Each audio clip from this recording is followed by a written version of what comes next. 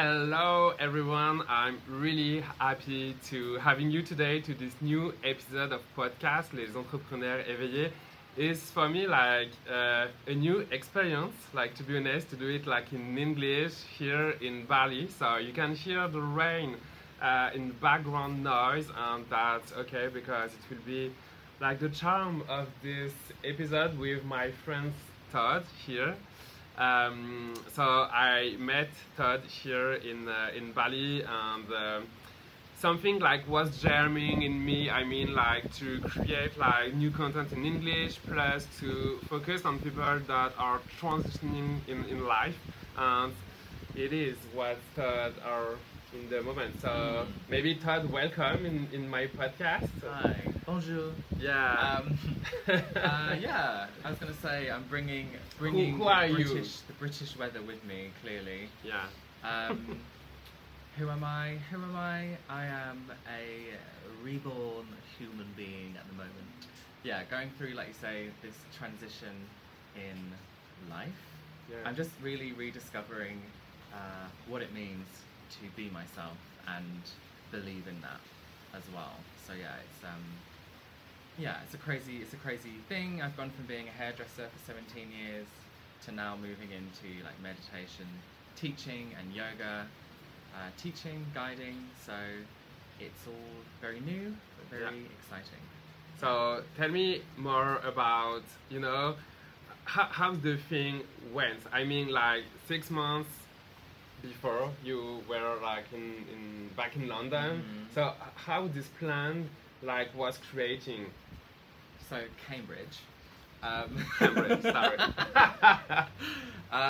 Yeah, I've been in Cambridge most of my life, and I got to a point like a year ago when I went to a Vipassana meditation, and that was an emotional roller coaster of highs and then crashing, so from happiness to tears. When was that? December the 6th last year. Yeah. Okay. And that just kind of really woke me up to my sort of truth of like erasing layers of who I really thought I was, and allowing me to be just as I am, like fundamentally existing in the moment. It really shed a lot of layers for me. Yeah. And then that's led into me like leaving my work, selling all my things, just having a complete change in direction, but really being able to let go of it in a way that I thought I never could. Yeah. Did you say like that your Vipassana experience was like a breakthrough for you? Yeah. To be able to live what you are living today? Yeah. So it kind of shattered my idea of who I thought I was, who Todd was, this kind of thing that I've crafted for so many years that has kept me safe and going, which was hairdressing or material things, certain friendships that didn't really benefit me in a way, because that's just where I was in that scared kind of idea of existing that kept me alive, right? If that makes sense. Yeah, it is. Vipassana gave me the time for that stillness to look at everything in a different way, I guess, objectively, and not be so identified with it. Yeah. So then I could leave it. I didn't need it to be safe, to exist anymore. Yeah. And then it's all just kind of spiraled out. From there. I'm curious that like how was like your experience with Vipassana, because as you said, I'm also like had an experience in Vipassana, and we like really live like different like cycle into the 10 days. Yeah. How was your like 10 days experience? Just interesting. Like, and it wasn't slow. It wasn't fast. It was just kind of weird. It's a very weird and wonderful experience. But yeah, like I had day 4 or 5 where I had a high, and I was like, love my life, love what I have, I want to go home and tell everyone about it.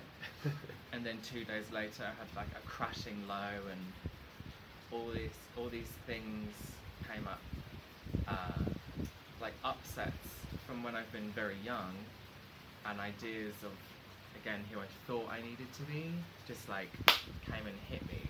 Yeah. Hopefully it wasn't too loud. And then I wanted to leave. Like, I wanted to leave again. Like, it was the second time I wanted to leave at the centre, but for upset, right? For this intense emotion I was feeling. And then the teacher was like, just go back and meditate, and see how you feel. And to be told that when I'm in this emotional upset, I was able to walk through that and be okay. And then that just changed everything. And then I left, and I felt like I was high. Like, I walked slower, I talked slower, like I was really, like, everything was very vivid around me. And that lasted for at least a month of like really like deep connection to everything. Forever changed. And like, I mean, after this kind of experience, you have to like integrate that like in normal life, like, you know. How was that integration for you? I just had to remind myself not to imagine how a scenario would be, because that's the big thing, right, that we do. Like, something's coming up, or it's going to be like this, or so and so is going to say this, or I'm going to find this hard. It's like, I had to really tell myself, like, just and be there, and you'll handle it. I will have everything I need in that moment, and I don't need to rehearse it, right? Otherwise, I'm dramatizing it, and I'm making it into like an emotional mountain when I just don't need to. That I just had to go slow. I had to go really slow and be kind, patient. It was a lot. It was intense. And I would cry like that. I would cry a second. But it felt good. It was like, I'm here. It's like, I'm actually here, rather than living in behind a false design. I didn't need that false design anymore. And it's funny that you're saying that, you know, that we are here, because right now it's this kind of energy that I feel in this moment present. So I don't know about you guys at home, but I really invite you to take this moment for you, in this moment present. Maybe take a coffee, a glass of water, or just nothing, and be with us. Take a moment. Take a moment. Just to reflect how things resonate in you or not, and that's okay. Like, I find like that's an interesting thing, because when I'm with people in person and I share this, and I think it does translate through a camera actually. People can tell and feel where it's coming from, and it's not just something I'm like imagining. Like, it's a very felt and lived experience, and the change is something I couldn't comprehend. So to feel it, it's a profound feeling, and I keep having moments of it every now and again by doing similar work with meditation, and every time it just surprises me. And then it's like, there it is, and it's like, okay. And the days afterward, it takes time to integrate. Definitely. It takes time to let it settle within you. So I want to come back, like, after your Vipassana, how like this journey of Bali like was born. How did you like have this idea? I don't really know. To come to Bali. I honestly don't know, because one minute I was getting my qualifications to work at sea, on yachts, like very like spenny yachts. We also need money. Money. Like, as a hairdresser. And there was no jobs for me, and I was at a point where it's like, I'm not waiting around for someone to tell me when it's going to happen. And I was still on my last week of training, like throwing money into like massage courses, how to make coffee, how to arrange flowers. I was like, I'm gonna smash it. If I'm gonna do it, I'm gonna be like a hairdresser that can do everything. Okay. And I was on the final course, like a week's training in Liverpool in the UK, and I don't know where I found my training in yoga. I just Googled it, found a website that I almost didn't trust.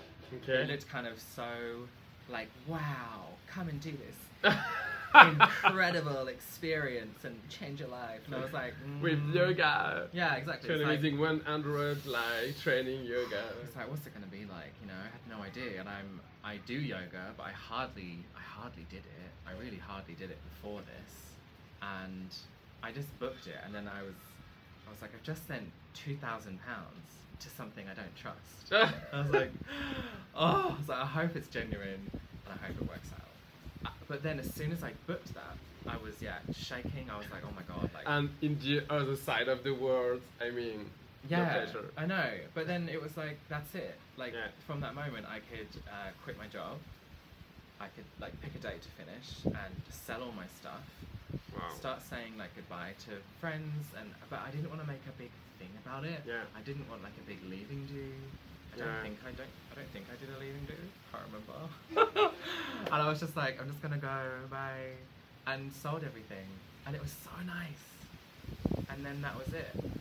Wow. And now I'm obsessed with yoga and meditation. Yeah. So what kind of training like have you done like for this past 6 months, if I'm right? Yeah, since June. So I came here in June to Bali land.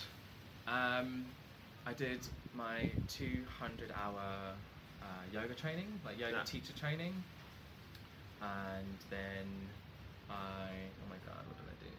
And then I went away for a bit, came back, and I assisted again at my same school that I was taught at.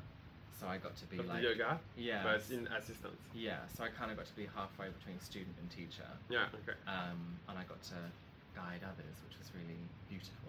Yeah. And then I did yin yoga training just recently, and I also did a meditation training at the same time as doing my assistance. Oh my gosh, like both in the same time. Yeah. Wow. And then I had 3 nights off.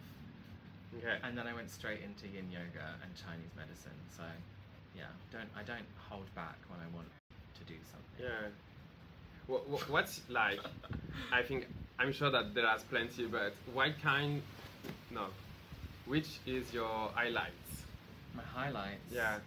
Like, if you just like mix everything, like what's your highlights? I mean, in terms of learnings, experience, like whatever. It's meeting the wonderful people that come into this like journey. If you want to call it a journey, whatever. Yeah, I like to call it a journey because I think that's it's a beautiful word, because in French we don't really have like a word that has this strong meaning like with journey, because in French it's like a voyage, but it's more than that. But voyage is pretty like it's travel, you know, but it's not that. Yeah. It's really like a journey of a body, of a soul. Like it means so many things inside this word. So whatever. Hang on. Question was what? What's my favorite like part? Of yeah. the What journey, was your highlight? Like on everything. Like. Okay.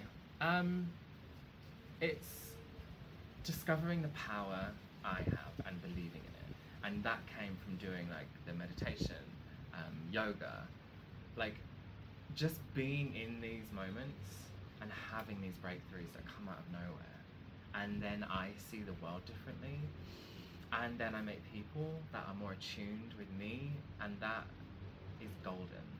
It's like there's like no words for it, because it's just like wow.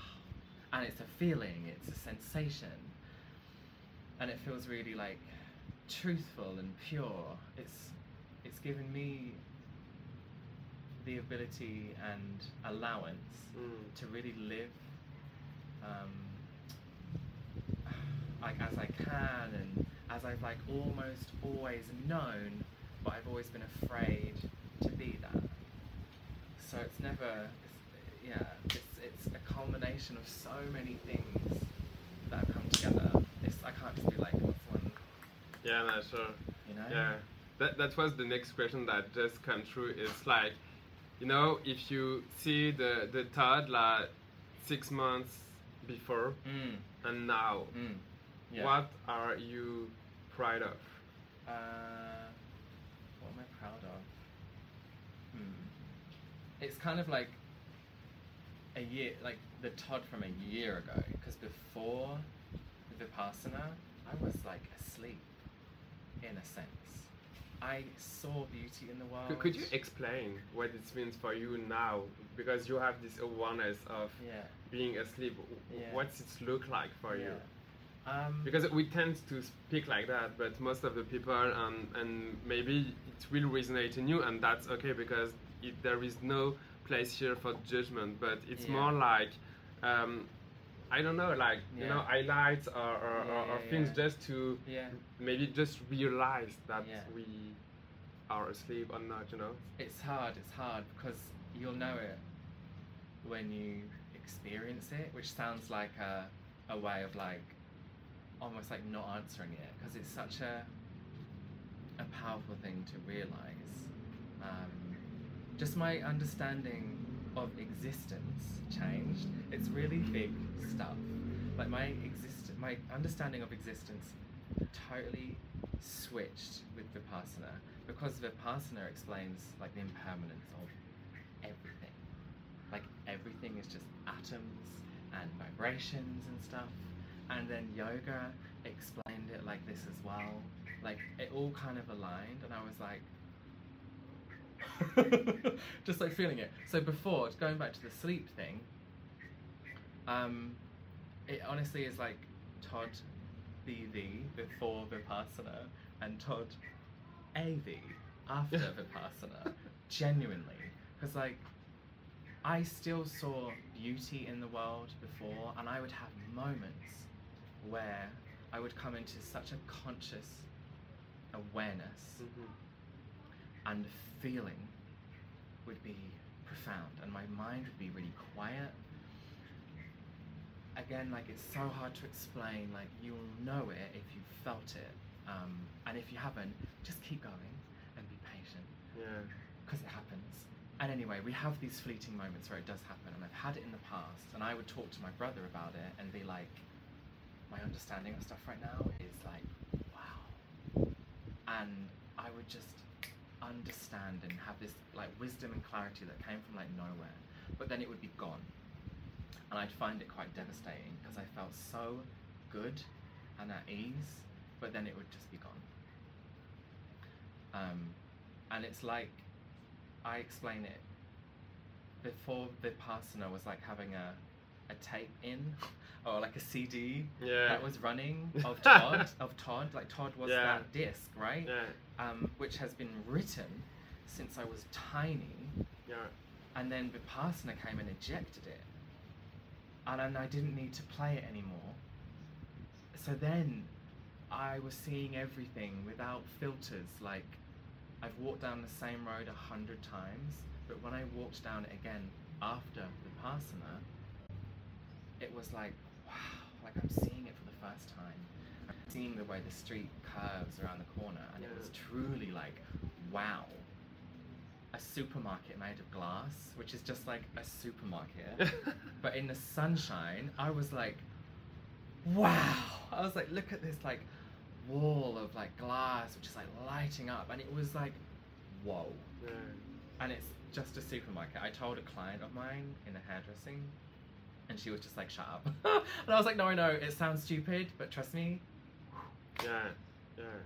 If you can gather some kind of idea of what it feels like, or if that explaining helps.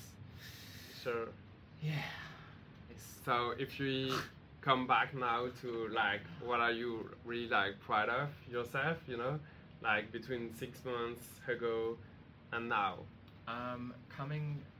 So when I was training on the first teacher training, the 200 hour, we had to teach, and teaching to 30 people, I think, nearly, and you have 3 teachers there, was terrifying. And I was like this, had the mic on, and was like, oh. But I managed to sit in that like fear of like using my voice, fear of expressing. Yeah. Sit with the tremor, teach the postures, guide people through a meditation, and it was fine. I didn't die, didn't turn into a black hole and disappear. I got to sit with my like tremor and upset and fear to use my voice. Like you transmute like this fear in a way. Yeah. And then I had a teacher say like, I can tell from the way that you talk and you deliver it is your own truth and your experience. And then I just cried and I was just like, to be seen. Yeah. In my, like, as I am. Yeah. And to be told it's like wonderful was just like, yeah, a lot. And so nice, because it was like, thank you. Because I've been needing to be told that, I think, since I was tiny. But I've had to fight against everything for so long, and I've thought I was wrong for so long, and yeah, and it's still like, I'm still healing that, but it's wow to still connect with that upset and all the sensations that when you get upset, and come through it and like be okay, and then that changes my view on everything. Yeah, thank you for sharing that with us, because it's so important. You know, we had a lot of chats these past few days, and I, you know, like, okay, how can I say that? It's like when a lot of people, like, you know, sometimes tell me, oh, I'm blocked in my life because blah blah blah, or I'm afraid of blah blah blah, and me also, like, I'm also have fear, and I have a lot of fear this past few days. And if he's shown me his fears, and if like, you like follow me on Instagram, I've shared like openly and vulnerably, or whatever. Vulnerable. Thanks vulnerably. for helping me with my English, because it's so important to me, like, to share that transmuting fear is as easy that just doing the job. And thank you to remember that today, but also for me yesterday, because yesterday I wanted to go like to the ECM, it's like active consciousness meditation that I've done like one time, like last week. It was really interesting, but I shared with them that I had like so much discomfort in my body, and I was really afraid. He was very, you were just very like resistant. And I guess the fear was making you resistant to kind of actually give yourself to the practice of what it was. And in a way, I think it's important to say that I just like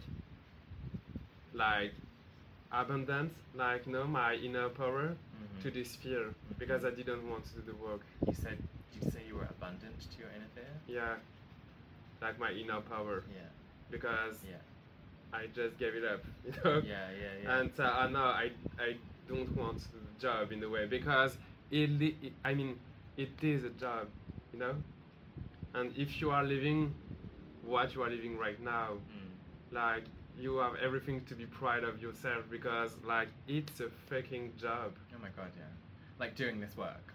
It's more like a marathon that never ends.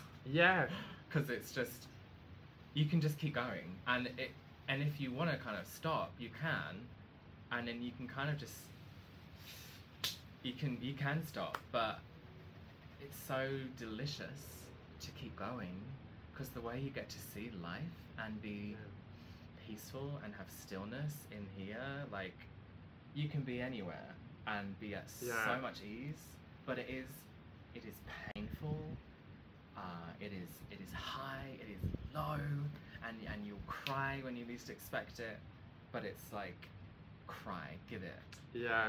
And I think that it's it's quite a relief, because what I experienced yesterday was something like that. I mean, when I don't know if it's understand, but maybe I will say like that. When I understand that the discomfort in my body was just an discomfort, a discomfort, and when I really choose, you know, to be alive and to say to myself, I'm not afraid of, and just like going and do the job, and then it was like so liberating to not like, you know, functioning in the way or you are just operating from a place of fear. Yes. And you can see it in someone when they're resistant or they're fearful and their behavior is different, like they're quiet or distracted and whatever. Like even when we sat in the meditation room last night, at first you were a bit like kind of like restless, and then you're like, I can feel it in me when you were like feeling uncomfortable, you know, and you could feel it in your body, right? And then eventually like kind of you calm down a bit, and then he was the one who was sat there when Panu was talking. He was like to like everything. I was like, woo, let's go. He is in it. Let's here go. to do it. And then you were like, I was really proud of myself just to don't be lazy to do the job, because it is a job, and we can like, I don't know. It's, I think, lazy, if it's just I feel lazy or I feel like about doing it, it's like maybe just go and do it. But if it's like I'm feeling emotional, I really feel like I can't be there today, then respect that. Like, Definitely. 100%. But if it's like I'm just feeling lazy, it's like go and do it. And you will surprise yourself, and it will give you energy. Because like the mental, like the mind, are so powerful strategy to avoid to the job, or even to avoid to I don't know, like lose control on yourself. Yes. You know, because doing this job, will just take the reins and then you'll be gone. Because doing this job, it's like go deeper and deeper inside yourself. And so you like, you like the mind lose control in a way. More you do the job. Yes. Oh, definitely. So it's like we went yesterday to the active consciousness meditation, and the day before that, Sunday. So we went Sunday. I went Sunday, and lazy day. But like even in that, like talking about going deeper, I hadn't done that for a little while. So even on that one, I did not go deep. I just couldn't do it, and I was distracted by what was coming out of my nostrils.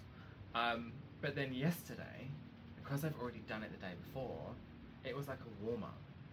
So yesterday I could really be in it, and I gave like 1,000% and was like going for it, and I was feeling like wow.